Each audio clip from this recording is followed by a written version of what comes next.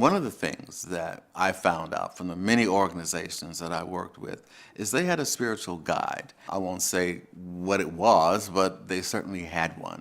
And I learned from them that it is a real major part of what it is we need to do in doing this work. A really interesting thing has happened to me over the years as my children have grown up in this process is I've learned to understand that there are other spiritual guides. I'm not saying that I am completely at home with it, but certainly they exist, they're important, and they make sense for this generation.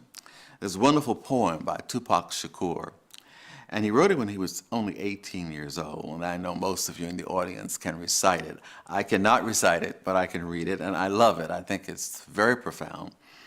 And it makes sense for those of us in this kind of work. And this is the poem, The Rose That Grew from Concrete. Did you hear about the rose that grew from a crack in the concrete? Proving nature's law is wrong. It learned to walk without having feet. Funny it seems, but by keeping its dreams, it learned to breathe fresh air. Long live the rose that grew from concrete, where no one else ever cared.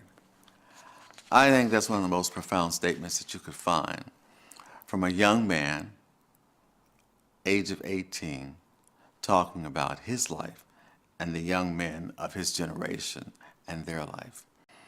The idea is to make the impossible possible without fretting about it, without being unkind about it, without blaming someone else for it, but simply making a way out of no way, which is a very old African-American adage, comes from a beautiful old spiritual sung in churches in the Deep South ever since I can remember, that you can make a way out of no way if you persist.